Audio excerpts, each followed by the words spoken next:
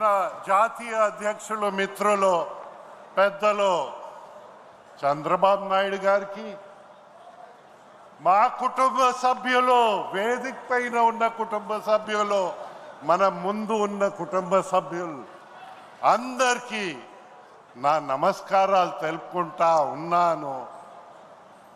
నా జీవితం ఒక ధన్యమని నేను అనుకుంటా ఉన్నాను. మహానాడులో మొదటి మహానాడు నుంచి అలాగా ప్రతి మహానాడు అటెండ్ అవుతా వచ్చాము.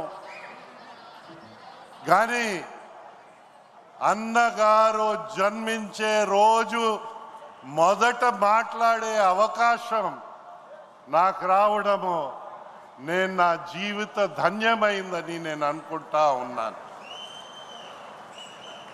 మనమందరూ గతము ఆ పాటలో చరిత్ర మనకి ఎవరు సాటి లేని చరిత్ర తెలుగు వాళ్ళది. అన్నగారు చాటి చెప్పారు, కానీ ఘన చరిత్ర ఉందని మనము మన అహంని పెంచకూడదు.